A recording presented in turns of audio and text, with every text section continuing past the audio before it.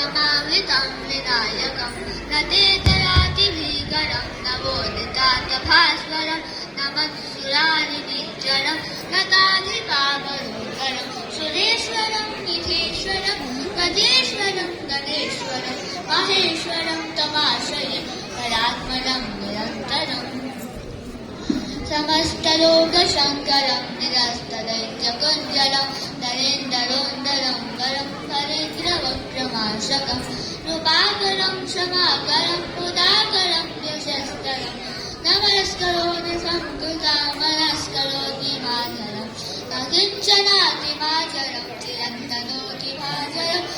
पुरारिपूर्णनन्दनं सुरारिगर्वचर्मणं प्रपञ्चनाशभीषणं धनञ्जयादिभूषणं कपोलदानदानवं भजे पुराणवारणं हरे पुराणवारणं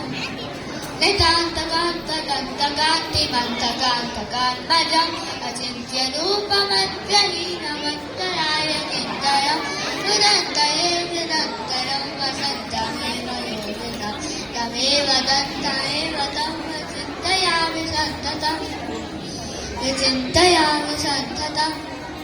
महागणेश पञ्चरत्नमाकरेण योग्रहं प्रजल्पति प्रवाहिके उदिस्वरं गणेश्वरम् अलोकतामनोषतां सुसायुधीं सुविस्तृतं समाहितायुरश्रभूत